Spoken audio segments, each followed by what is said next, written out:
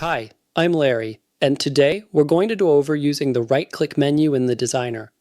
To access this menu, you will first right-click and it will pop up on your screen. At the top, you'll see there are 4 different cursors available.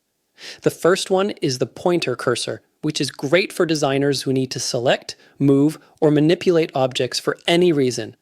The second one is the text cursor.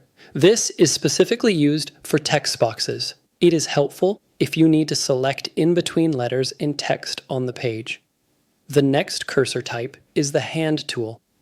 This one is great if you're zoomed in on the page.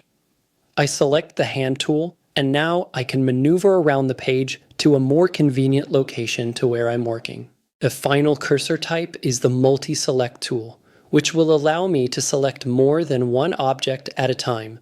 To use it, first, I'll click with my mouse and drag the gray box over anything I want to have selected. Then release your mouse, and anything that the gray box is touching will then be selected as one piece. This is great if I need to move the pieces all together.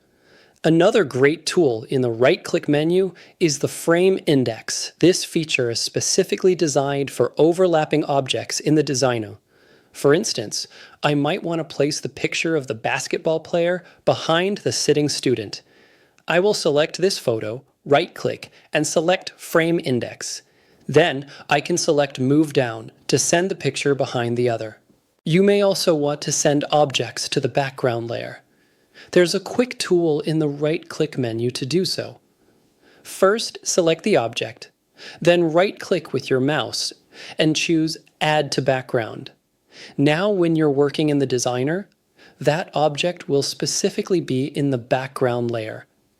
If you do need to select that object for any reason, you'll want to return to the background layer through the Layers tool.